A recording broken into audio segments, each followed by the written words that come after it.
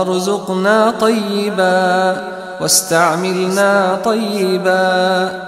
اللهم إنا نسألك الأمن من فجأة الخير، ونعوذ بك من فجأة الشر، ونسألك العفو والعافية والمعافاة الدائمة في الدنيا والآخرة.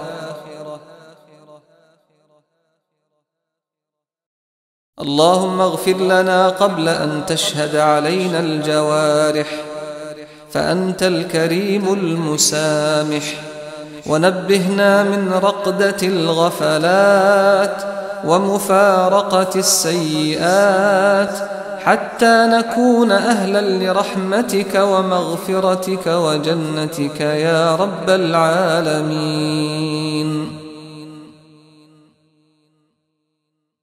اللهم يا من عم العباد فضله وعطاؤه، ووسع البرية جوده ونعماؤه، نسألك الجود والإحسان والعفو والغفران والعتق من النيران، وتوبة تجلو أنوارها ظلمات الإساءة والعصيان،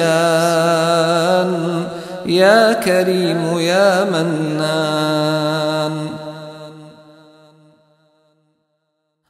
اللهم لا تكلنا إلى أنفسنا فنعجز، ولا إلى الناس فنضيع. اللهم اجعلنا شاكرين لنعمائك، صابرين على بلائك، ناصرين لأوليائك يا رب العالمين.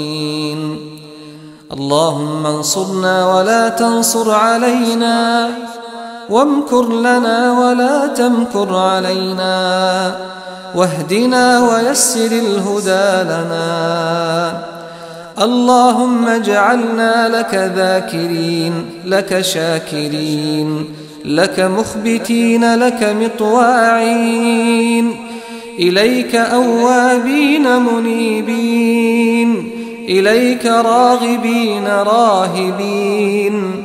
اللهم تقبل توبتنا، واغسل حوبتنا، وثبت حجتنا، واهد قلوبنا، واسلل سخيمة صدورنا يا رب العالمين.